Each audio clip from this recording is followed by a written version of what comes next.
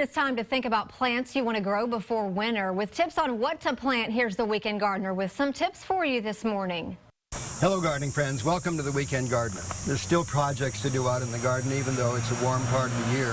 We're heading towards fall, and if you like to make pesto that you can put away all winter long, then it's a good time to plant some more basil if you haven't done that already. Here's a couple of different types right here. The sweet basil is the one that's most commonly used. And here's a variegated one. Looks really nice in the garden. When you're at a garden center, there are many others. Taste them. See what you like out there. When they bloom in the fall, they bring lots of bees to the garden. It's really nice to have the basil out there at that time. And let me see here. Here's some sage.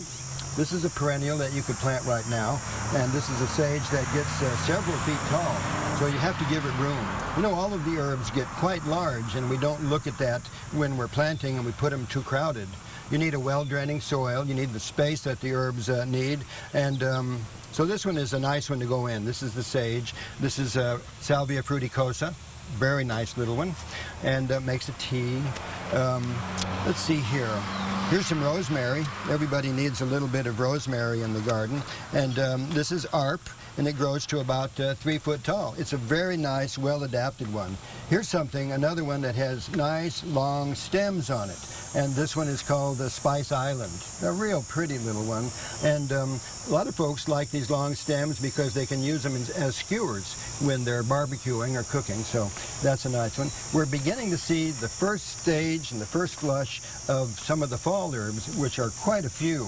And here's some bronze fennel already coming into the garden centers. So stop by your favorite garden center and take a look at some of the herbs that are coming in for fall, because it's a good time to plant even though it's very, very hot. So, for the Weekend Gardener, I'm John Dromgoole. Let's get planted.